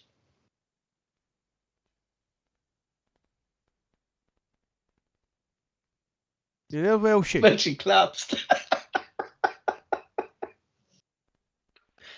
Like, what's going on here? we can hear you. We don't need to see you. I can see myself though. Well, that's good if you're into that kind of That's- stuff. Well, gee, buy whatever rocks You your going for a boat. shave? Manscaped. Don't be manscaped in front of us. We're not promoting that anymore. Gee, you can stop. Manscaped, it doesn't work. Right, we can hear you now, bud. Right, mate, Bob, how you doing? You okay? Good, buddy. Aye, we're good, mate. How are you? Well, gee, you haven't been on the podcast for a good while, Russ, but are we eventually starting to see Ange Ball click at Celtic? 4 games in a row, we're winning, 3 clean sheets. It's starting to look up for Ange at Celtic, isn't it? I said we've had one transfer window. Look at the difference in the way we play. Night and day. You know, it's the effort the players put in as well. It's, you know, it'll take a couple of transfer windows to get his team, but yes, I'm loving it. It's really good. Were you up for the game yesterday, Welshie? Oh, I've had a nightmare. The only game I've been up for so far this season was Livingston away, and I know we get beat that day, but I seen a big difference in the players, and it was just watching the effort, and you know, it was far superior to what I saw last season. So no, I'm good. I've no missed a game in terms of watching them. I think it's like when you're looking at last season, Welchie, as well, like Celtic would have struggled to break down a team like St. Johnstone last season, how they just 11 men behind the ball. But with Ange, like I thought Celtic were just so fast yesterday. Like we didn't even get out of third gear and we were still fast. Like, you know, it was just so. I know it was a boring game to watch, but the way Celtic kept pressing and the way we passed the ball so fast, it was just brilliant to watch compared to last season, wasn't it? You can make an argument for that, and obviously so, but I mean, even look at the players last season, the quality compared to last season, this season. I mean, there is a quality difference with Kyogo and Jota, but we had the quality last season. Mm-hmm. For me, it's the aptitude of the team and the way we're playing. And they're definitely playing for the manager. They're playing for a new team. There's something going on behind the scenes there. I'm excited by. Mark, do you think maybe as well that having a new captain, like Scott Brown has been there for years and stuff like that, but having a new voice in the huddle, having a new energy in the huddle in Callum McGregor and stuff like that, has that maybe made a difference as well this season? I don't know, Paul. That's a hard gene. I spoke about it. They're totally different. I think that's characters and things like that. On Brown, to be honest with you, because I think if you kind of get motivated what Brown was doing in the huddle, then, and rightfully so, you look at Christie, you look at Edward, they should have been there. Mm-hmm. You know, this is Celtic. That was 10 in a row last year. We keep harping on about last season and the difference to this season and last season. The quality was there last season. There was no doubt about it. The aptitude wasn't. Whereas now, players are trying. Mm-hmm. You can see they're playing for the manager. They're playing for each other. It's playing as a team. When Ange first came in and when I was doing up the analysis and I said, like, when Ange has the players he wants and when he has this Celtic team click, the last couple of days I've been watching and I said, but the fluency of this Celtic team at the moment, just our passing, Mark, like we had nearly 900 passes yesterday, Mark. I mean, we had a 91% accuracy.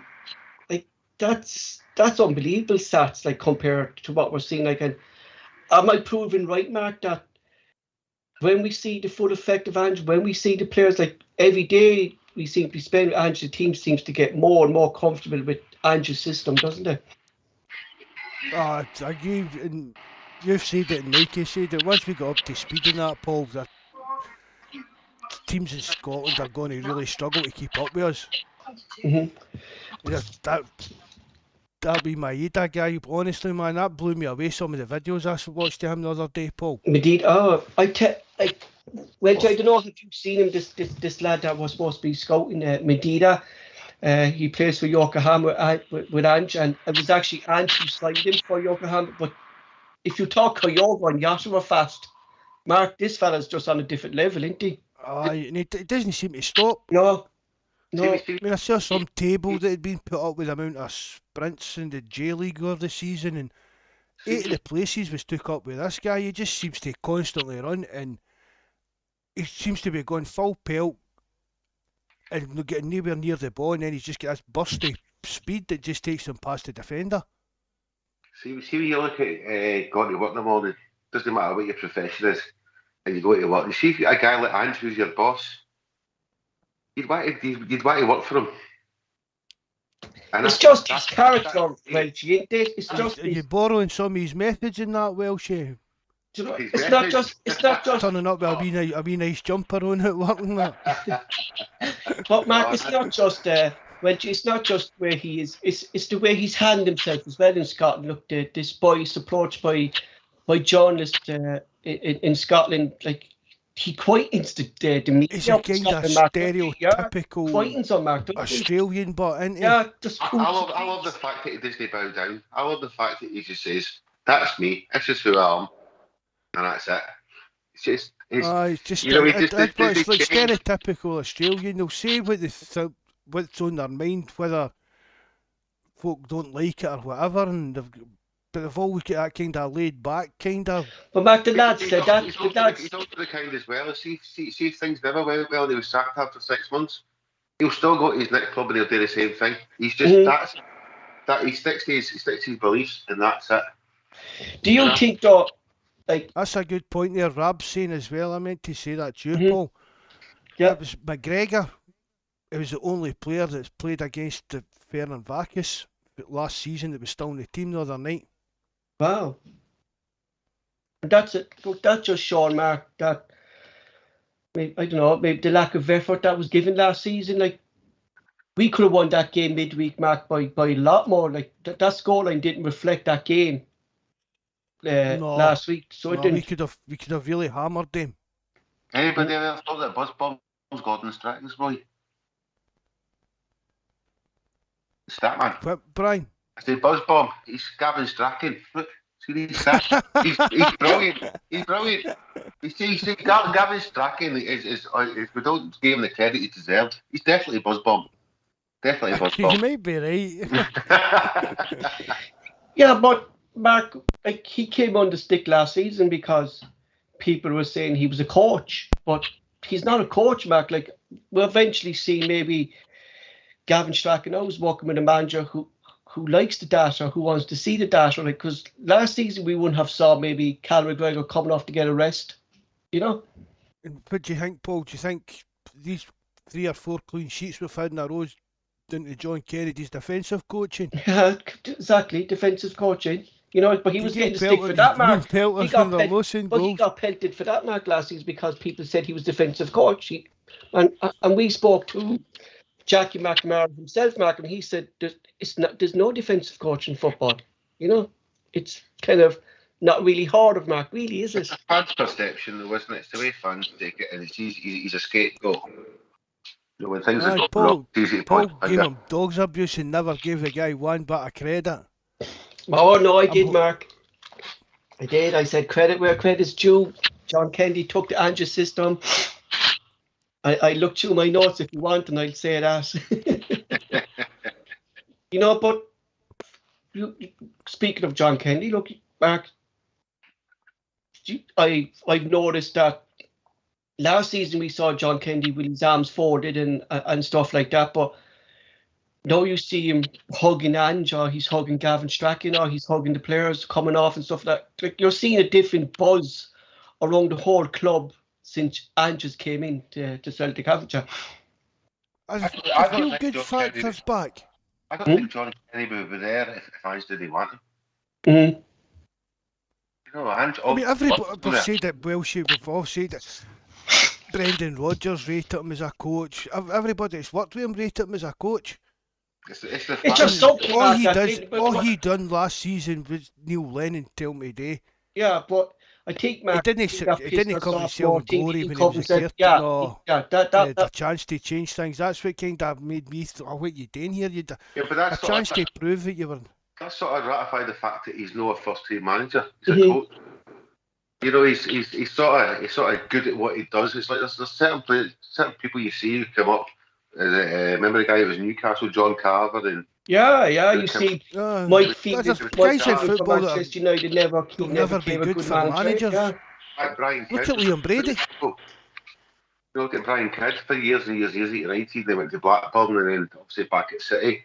He's a good coach, man management, all that kind of stuff. But there's no managers. You know, perhaps John's just falls into that category. So, Mark, look at what you said there, Mark. Liam Brady was one of the best youth coaches ever down in South, and just never clicked for him at Celtic. Oh, we played some good football under Liam Brady. We really did. It was just. Listen, Liam, obviously there was all the financial stuff, you know, in the background, but Liam Brady and Wayne Biggins go hand in hand, and that just gives me bad memories. But as you say there, Paul, he went away and ran the Arsenal youth system for years and years. So maybe John Kennedy just, I mean, I've said it before, it might be time for him to go and try and prove himself as a manager himself, but maybe he just doesn't fancy that. You say the same about Willie McStay. No. Exactly. It's what he done for the youth system at Celtic was unbelievable. He was never going to be Celtic manager. Mm-hmm. Do you think maybe that's it, so Mark? Like, Welchie has made a good point there. Like, do you think maybe John Kennedy likes being the second man there? Like, he likes doing what he's doing, and that's where why he's not kind of gone out. It may be a bit different under Ange, but see, look at like the top levels of management and that. The assistant manager's the buffer between the manager and the players. The assistant manager will be he'll know all the gossip, the dressing room gossip, and he'll decide what the manager needs to know, who's getting out of line, who's out drinking, whatever. And maybe that's just John Kennedy's comfort zone. I just want to go He to doesn't want to become like the manager where he's not got that kind of connection with the players in the dressing room and things like that. just a few things there on the live chat. JFP is saying the captain's armband has brought the best out of Callum McGregor. Mark, would you think that? Do you think maybe him stepping out of the, would I say that the Scott Brown shadow, maybe that Callum McGregor come to senior man out Celtic has brought the best out of him? I don't think the captain's armband makes a difference to the way McGregor plays. I think McGregor is the way McGregor is.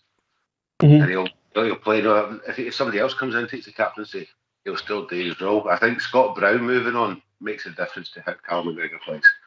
Yeah, I think that McGregor's now became the main man.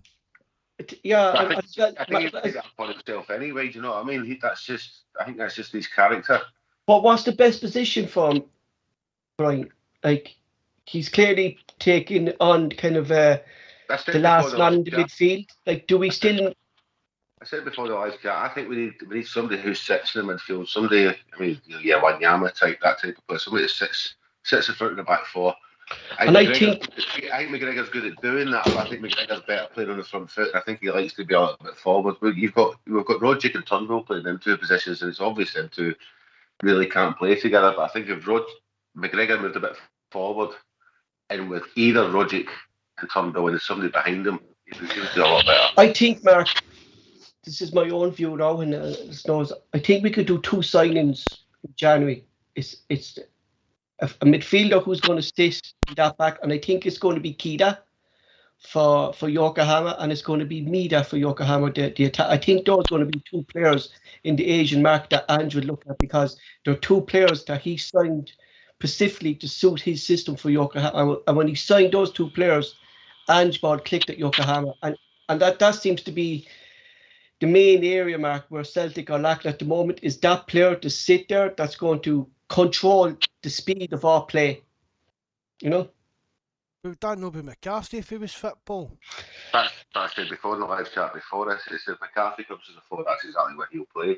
That's it, yeah. Imagine just using a midfield three, McCarthy doing the holding role, McGregor doing the box to box role, and Kyogo or doing the kind of attacking midfielder role, the number 10 role. But you think, is McCarthy maybe Mark picking up these niggle injuries because he's trying to get up to the level of fitness that Ange wants him? Do you think, is McCarthy able to keep up to the pace of game Ange wants to play? Like, this is what people are asking, like, you know? I mean, obviously, when he caught COVID, that set him back a fair bit. Doesn't excuse him not being able to pass the ball too fit to his right-hand side right enough, but... Like, it was a bad game to start McCarthy as well, Mark, against Livingston on an artificial surface. I was even surprised. And that for people then have kind of made a judgment that McCarthy isn't suited to Ange's system. Like we were saying for years that, who was it? Roger couldn't play in it. There was a few Celtic players, Mark, over the years that physically couldn't play on the artificial stuff. Len was saying that they're being rested but it really wasn't the game for McCarthy wasn't playing on that. Is that why Juranovic didn't start? Yeah. Because it was the artificial pitch. Yeah, I would think so. Like, but that was one of the strangest decisions I saw. That was giving McCarthy his first full start on an artificial surface, like, wasn't it? I thought so, Paul. I said that to you. The team went up that day, if you mind. For the first time though, when he thought he was not fully fit, but ready for the full time 90 minutes. So, I mean, to me, it backfired. Do you think maybe what was that down to the pitch, Michael? Brian, do you think? No, funny enough, I was at that game. The pitch had nothing to do with how bad McCarthy played, to my eyes. He just had a bad game. No, but I agree with that, Brian. What's that? I mean, I stick up for McCarthy. I've ranted about him for years on the sites and things like that, but That was a shocking performance at Livingston. Mm-hmm. Brian, is that pitch actually as bad as it looks in TV? Probably worse to play on, Paul. It's difficult. I mean, obviously you watch the players playing on it and stuff like that. It's only they can tell you the difference, can't they? Because it's the way the ball comes to you and how it spins so fast and it sticks, whatever it might be. The players will tell you the difference. The players obviously know they're playing on that pitch, and they'll make certain runs, they'll make certain tackles to accommodate for it. It's no natural way of playing football, is it? Mm-hmm. See, even at Mikey's charity game up at Falkirk. Is that artificial as well, Mark, is it? Aye, that was artificial, Paul, aye. My wee pal, Weekendster that comes on. I mean, he's 43, 44 or something like that, but, well, we showed up well to give him his due, but he came off it and he was talking about how hard, see when you're running, it's that hard under your foot and that. And it's not supposed to be like that, no, Max. We grew up on red ash, that should be fine. Aye. Brian, who has impressed you more so far on the Ange? What player has kind of stood out for you? The players impressed me most. To be honest with you, Ralston's impressed me most. I never saw it in him, if I'm being honest with you. I don't think anybody did, Brian. As far as the signings are concerned, I think, I wouldn't say he's impressed me most. Like Kyogo, we've discussed this just earlier on the chat about how he's not as good at the wing, but he's through the middle. He runs around. But what would you do, Brian? What would you do with Kyogo, Brian? Like, would you go what maybe Mark was saying in the previous podcast? Take out maybe Turnbull or Rogic and play Kyogo as a free role behind Giamakis? I think he's got it in him. Remember the way Petrov used to play? I think Kyogo's got that in him. He'll just hover and he'll just get the ball and all of a sudden he'll make them runs. And I think playing with a number 9 in front of him might actually benefit him. So he's great through the middle himself, but he plays on the last shoulder. But if somebody's actually occupying the centre forward and not occupying him, you've got somebody who can play the quarterback balls, and McGregor's perfect for them.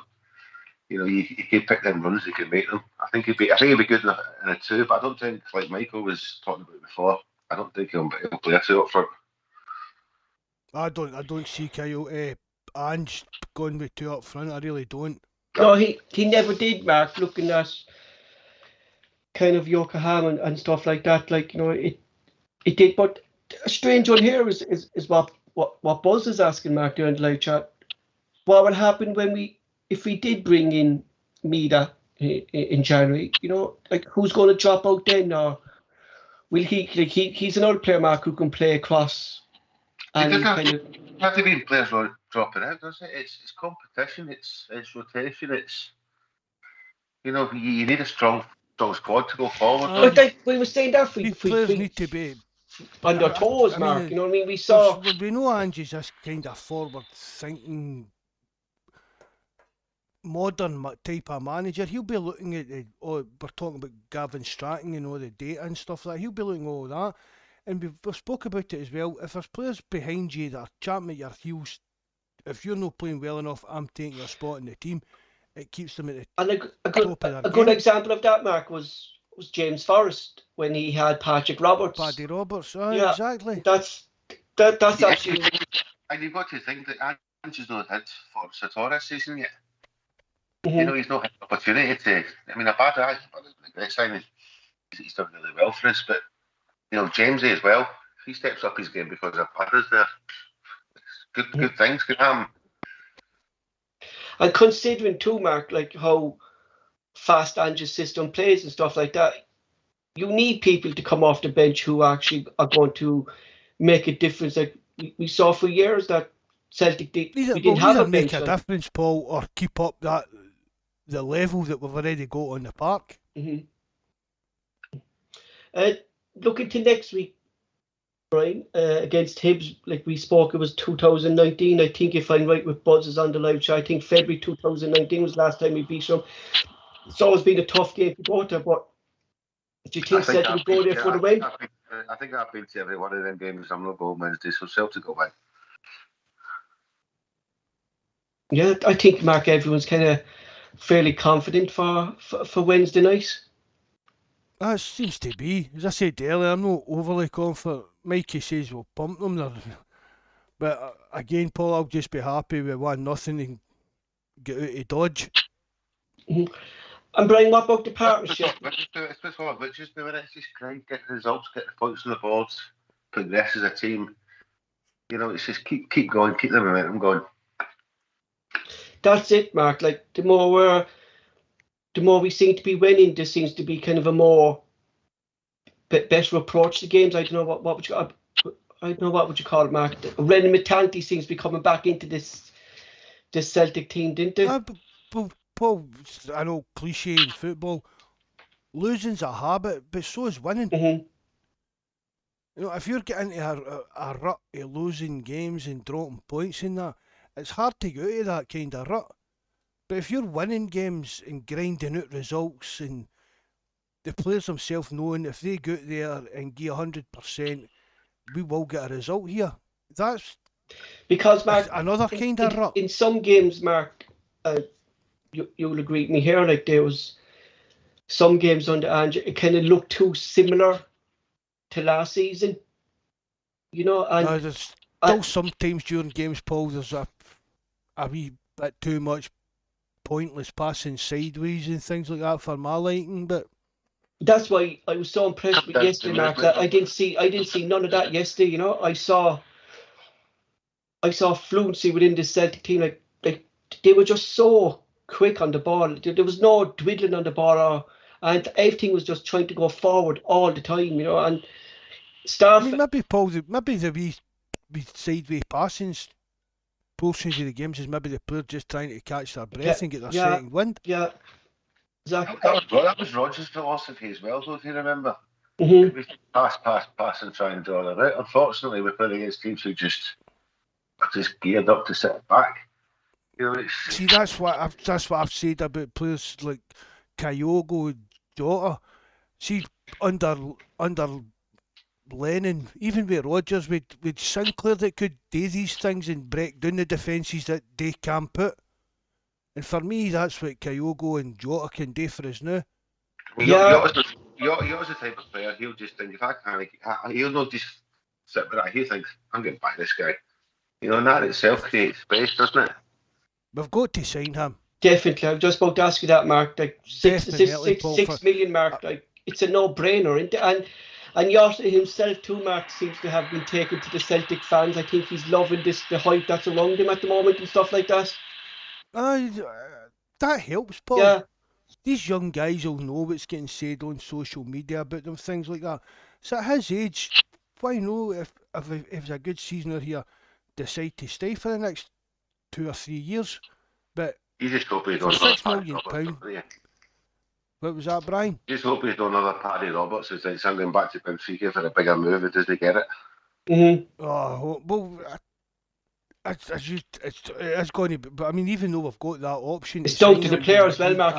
He's still got to agree to it. Yeah, and that's why I think it's maybe would help. It would help us, Mark, that the Celtic fans have actually taken to Jota. They love Jota and stuff like that. That maybe it could work our advantage that way, that he might sign, you know. But I mean, people are kind of £6 million, but I mean, it's like, when did we sign Chris Sutton, Neil Lennon, and John Hartson for like £6 million? Mm-hmm. It's a definite 100% no-brainer for me to sign Jota.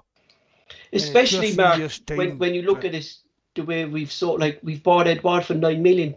We sold him for nearly 22 million. Do you know, like, especially you also hope that Jota looks at that as well, don't you? Because he does, and he thinks to himself, right? It's a stepping stone, Michael. Brian, it's the stepping stone. The guy's what, 19-year-old? Gets a couple of seasons at us, becomes a hero, and moves on, and where everybody's happy. Mm-hmm. Well, because we talk about pathways in that. We've done it enough about how Celtic didn't give young players pathways, but see, even like young players like Jota and there we're talking about Edouard. That's a pathway for them, Mark, then, isn't it? It's a pathway for them. Come to Celtic. Look at Wanyama, look at Virgil van Dijk, look at Kieran Tierney. Ayer, this is the next step maybe for Ayer, getting a bigger move. Look at Ayer. You know? The pathway for us. Sorry, Brian, on you go. They're saying the pathway is definitely there for them.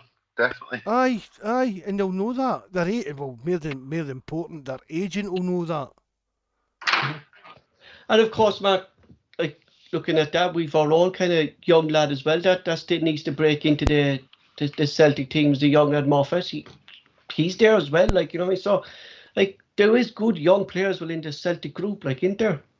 You know, and plus, Mark, they're not getting 1-2 years. Like we really put the boot down this season by giving players 3-year contracts, 4-year contracts. You know. There's good young players at the club. They know there's that Lowell guy you talk about, Paul. Have you seen any kind of points leagues? Excuse me, but Shaw and you know, them two, they're confusing signs for me. What's that? Shaw and Yorgidi, is it? Oh, that's Smith, is he? Yeah, I was kind of looking into that, and I spoke to Mark about it as well, Brian, is that they were signed basically kind of in January, really, Mark, the kind of negotiations were done. And I'm thinking that they weren't really Ange's, but maybe their players still getting used to being so young, getting used to Ange's system as well. It is a strange one that, like, we saw like pre-season, Uragiri kind of stepped in and centre back, and he kind of stepped in at right back and kind of did nothing wrong for me. Shaw, what I saw, Mark, kind of did a job in the middle of the field. So if you're going to rest someone like McGregor, don't get me wrong. I think it's confusing. I don't see a place for him in the side. That's not what I'm getting. Yeah, it is like that's what I'm saying. Like it is. It is like. Do you see Sorrow? Do you see Sorrow having any kind of future? No. Do you know something? He's a confusing one for me. Because see, last season, I think that was a lot to do with the fact that we weren't very good last season. But see, there's Sorrow. I get scared when I see him in the starting lineup. You know, he's a liability, Mark. Like he's like a minute away from a red card or something like that, Brian, don't he? One of the boys on the WhatsApp put, he says, see, every time he comes on the pitch, he says, put your money in a booking. And he's right, you're making money. That's a Tim Malloy thing. Make your money. Aye. But he just seems to run about like a bit of a headless chicken.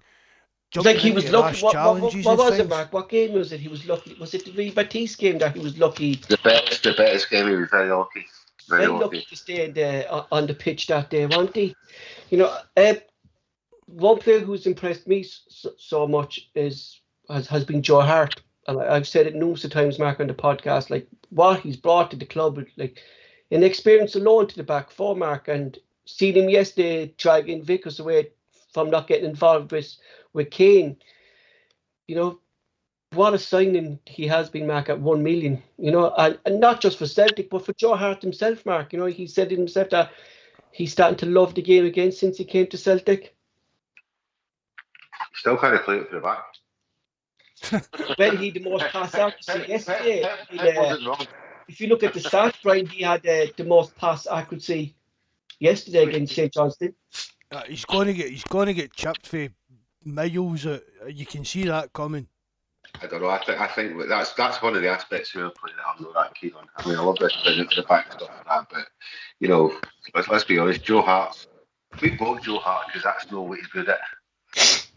You know, I mean, he's. I love the guy. He's done well. The end of the day, right. He's one of them players. He actually makes me confident when somebody goes past the 1-on-1 with him. I've got no problem with that. But see, this when we keep going pass, that still scares it. Like how many saves has he? It's like when we talk about like your fullbacks. I've said that I want my fullbacks to be able to defend. Mm-hmm. It's your goalkeeper. I don't want my goalkeeper to be Davy shimmies in the 6-yard line and things like that. But how many saves? Martin had that perfect philosophy, didn't he? He was like, defenders defend, big guys through the middle, and then everybody else could play football. But Mark, like, how many saves has Hart made last season when, if Barkas was in goal, that they would have went through the net, or if Bain was in goal, they would have gone in. Like he just been. How many saves he made last season? No, this season I mean, but but like he's been so comfortable, Mark, and that just shows how confident the defence are as well with Joe Hart behind him, don't they? It builds confidence. Yeah. But you know, I said that even when we signed him, Paul. Do you think the centre halves themselves are confident? Sorry, Brian. I think the centre halves now are confident. You brought in this. Look at last season; it was mixed match.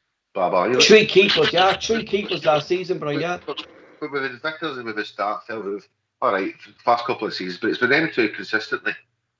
And they two boys, whatever you say, but they're confident players. And then you had last season where you had Barkas and then the shotman changing, Duffy was coming in, didn't know what day of the week it was half the time. It was that in itself created no confidence. I don't put it odd into heart. I think Carter Vickers has been a great signing. Mm-hmm. And Starfelt is coming into the game as well. But I think them two boys don't look at what's behind them and take confidence. I think they're confident in their own ability to clear the ball, know what's right with today. And it's a combination of the whole thing. It's not just one that sorts it out. I think if you had Barkas in goal this year and he was just purely doing shot stopping, he might do okay. That's to take nothing away from Joe Hart. That's just pushing it a bit there, Brian. I think the centre halves are better than what they were last year. Oh right, I get you now. Right, I know what you mean. Mark, You're saying about Barkas saving shots. Mark, was there a buy clause in Vickers' deal? I think there wasn't there? Oh, to be honest, Paul, I don't know. I'm going to look at that, because he's another player, Mark. He's another one. If we have got an option to buy, I definitely would. We need to sign because. See, now that I think about it, Paul, I think there was. I know something in Spurs. Yeah, I think they extended his deal for a season so that they get a fee. They get a free then, Mark. They extended by another. I think year. Get money back for that because they've been enough already this season. Do you know? But Brian, do you think Catholic United will just give their money back to Spurs? Celtic. You know, because he's really brought a calmness, Mark, to the back line. He just looks so comfortable, Mark, don't he? Even with the ball and he's tackling and he's really given us, like we saw when Julian came in, Mark. Julian really struggled against a physical forward last season, didn't he? He's a wee guy as well. I agreed on that. I never realised how small he was, and I watched him against. I mean, see that big centre half that plays for Livingston. He was about 6'8". This guy was huge. And Carter Vickers just had him every time. It was timing. He's not that tall, isn't he? No, he's the same. Roughly the same height as Starfelt is. If I can remember, he's around the same height as Starfelt. See, that's where like that boy's skills could. I've spoke about his height before, but I mean the goal against Aberdeen. If that was skills on that post, that wasn't no. Like I don't know, Brian. Have you ever? You probably didn't see a lot of scales and stuff like that, but watching the League of Ireland, like skill like for his height, Brian, is unbelievable. Like like people think that. Nothing of him, Paul. Nothing of him at all. And it confuses me. I mean, I think Michael commented before. I mean, say what about ball and goalie. I think the 2 games he's come in, he's done very well. Yeah. And Michael was alluding to that before in the chat. But he's the type of player that would maybe buy into Ange's philosophy. And I think to the left, that's probably where we struggled a wee bit. I think of all this, the systems, Mark, to make it click is. The issue seems to be the left back position, don't it? That's the only position that we've kind of knuckled down. Like the last 3 games, we played 3 different players there. We played Bodie, Montgomery, and Jovanovic. Montgomery was playing for 1 game.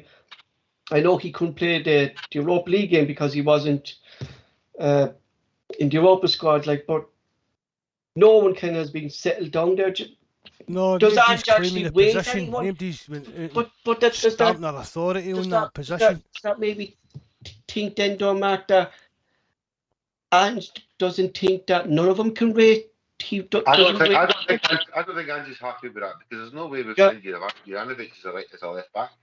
Yeah, that's what I'm thinking. Like, is he not happy what's at his disposal at left back at the moment, Mark? Maybe that's position that Ange is looking at. Well, I don't think he's happy with it, Paul. You're saying he's chopping and changing it, and nobody's claimed the position as their own. Jovanovic should be signed as a right back. He's not been signed as a left back. And the fact that he's playing left back and Valson's still playing right back means he's not happy with his left back. That's the way I look at it. But you can't really I don't think at the moment we can drop Ralston, Mark, can we? You know, given what he's that's doing what at the I moment. think as well, Paul. I think Ralston's playing that well. That Ange, it couldn't warrant dropping him. Although Mikey says he thinks he needs a rest, so do I. Played some amount of football for us, but I think in the that's modern probably day, part Mark, of the now it's going reason. back to the. But would you know be more confident? Would you know be more confident? See, play devil's advocate here. You know, Juranovic is the right back, comes in, plays right back, and you got Ralston as backup. Whereas last year, it was like we didn't even know who was the best right back we had.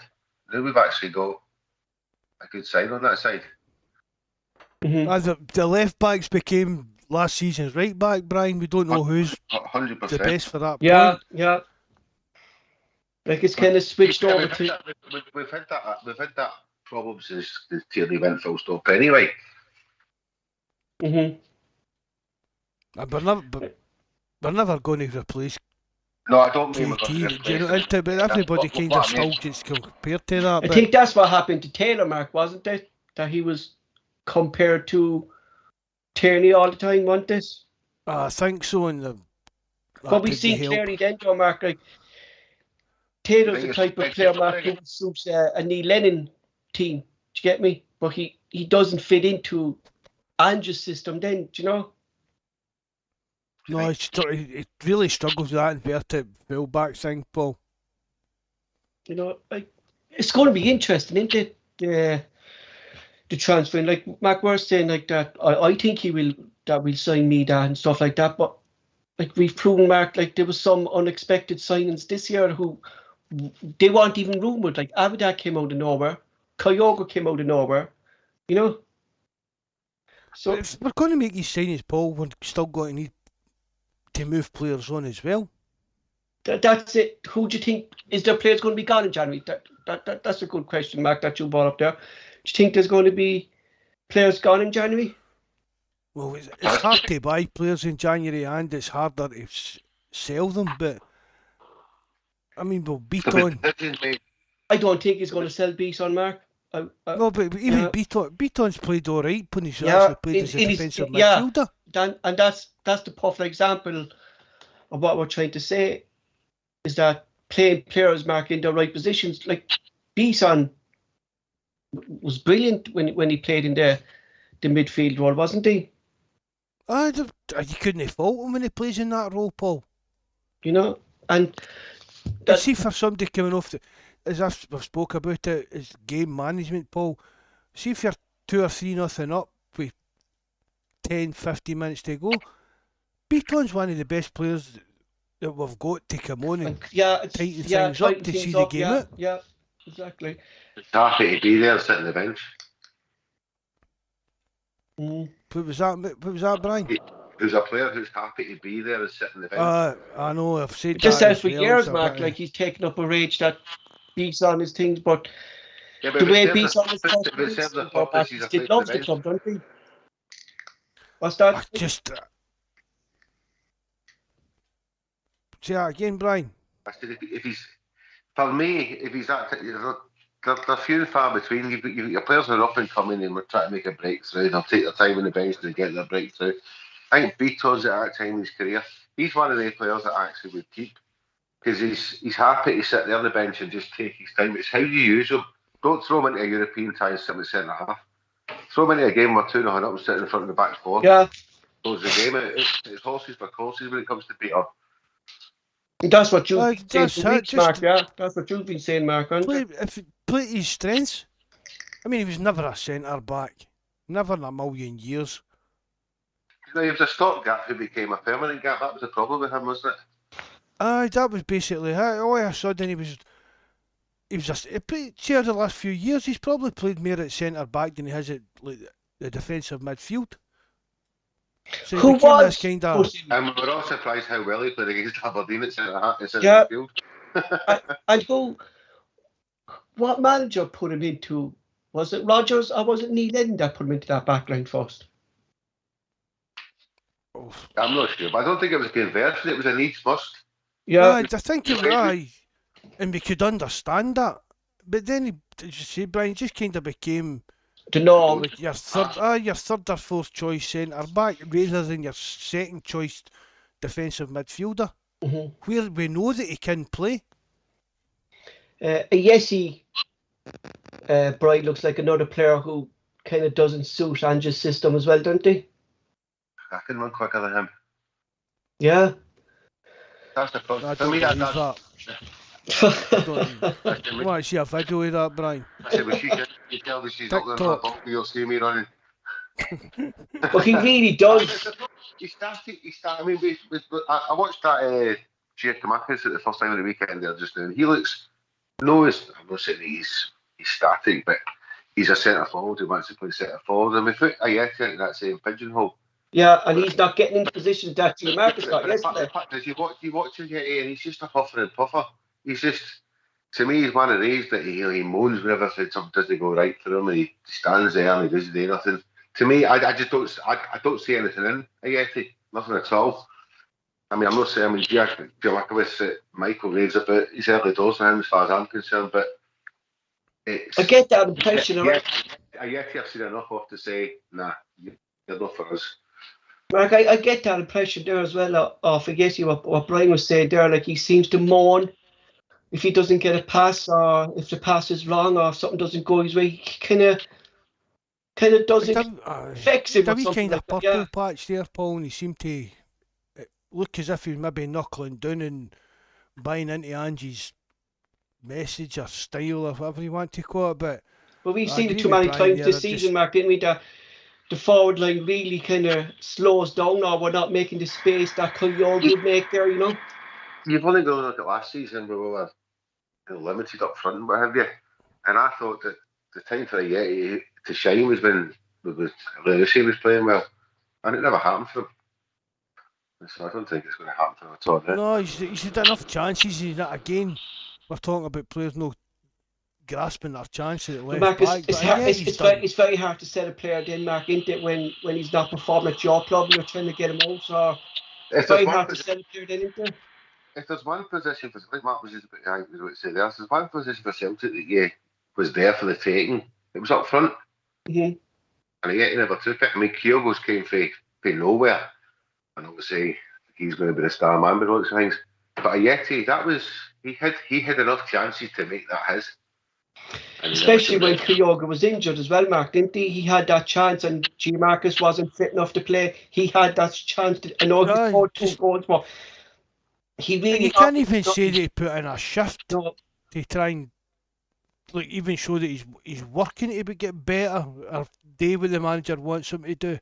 And he can't be that stupid enough to see, look, these guys are in front of me, I've got to do better than these. And the biggest thing that any Celtic fan will say about Kyogo in particular is effort. Mm-hmm. You know, and Ayeti just doesn't put the effort in. You'll see if he's running around all day and he's chasing balls down and he's doing everything right and just no scoring. You'd forgive that. To me, he just looks like a big moaning lump up front. Mm-hmm. Even one of the very first podcast we spoke about the rumours about his attitude and that was one of the reasons why Mark David Moyes wanted him out of West Ham. Supposedly was his attitude, wasn't it? I said, supposedly, aye. He hated all his teammates because running around like he was running up front, shouting at them all game of the ball and doing things well. He'd take that. Look at Sheringham and was it Dwight York, Andy Cole? They never got over each other, did they? Mm-hmm. You know, look at the way they played. He'd forgive that if he was putting it on the pitch, but he just didn't put it on the pitch. Now, that was a great partnership back in the day, wasn't it? Sheringham, Dwight York and Andy Cole, wasn't it? But they hated each other. They would even talk. They never got on at all, didn't they? No.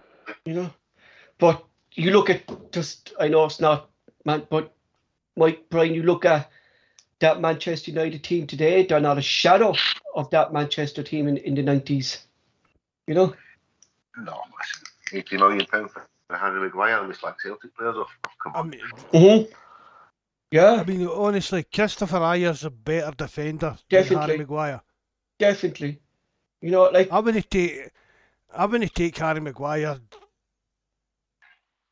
on a free transfer for Celtic. I really wouldn't. Just He's some of shocking the that, other like, and signings as well. he's the number one defender. Sorry, for Manchester United. He's the number one defender for England, and he's shocking. Like, I don't see the hype in Harry McGregor. Like, it's unbelievable. Like, and it's going to cost Ole Gunnar his job if he's caught. Like, you say that, Mark. Like, and we've seen it for years under Lee Lennon.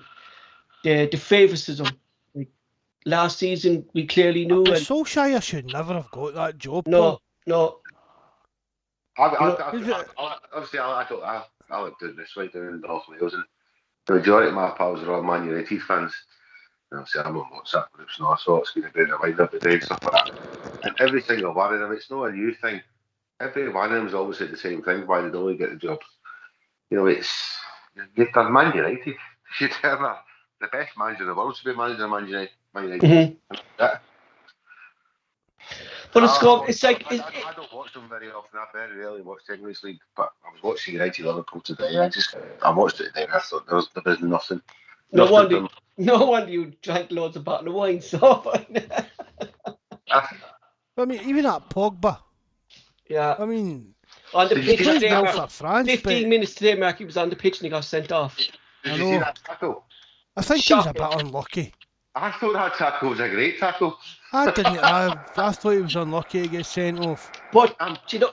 My pals were saying to me, "You only get away with that in Scotland." I'm like, "That Yeah. must be the right games here." But you see that, like, Mark, the difference in referees in the Premier League, and they've VAR in front of them, like, and they're sending players off for lesser tackles that you see up here. Like, you're seeing players getting kicked in the head up here, and it's not even the play's not even stopped this way of play on. Do you know what I mean? You know. Let's get back to the tackle, the Hearts tackle, McGregor. Mm-hmm. The first game of the season, wasn't it? The Friday night game. Yeah. I mean, that was a straight red card every day of the week. I don't care what league you're playing in. I thought Pogba was unlucky with that today. That's it for tonight. Thanks to Joonas, Michael, and Brian for joining us on the show tonight. Thanks to you guys in the live chat for joining us as well. Mark will now close the show. Thanks, Paul. Thanks very much, Brian, for coming on. Mikey and Joonas as well. Everybody that joined the live chat, hope you enjoyed it. Remember, subscribe, like, and share it, and leave a comment if you know how to. Thanks very much, lads. Again, hail, hail. God bless. Good night, boys. Night, Brian. Night, Brian.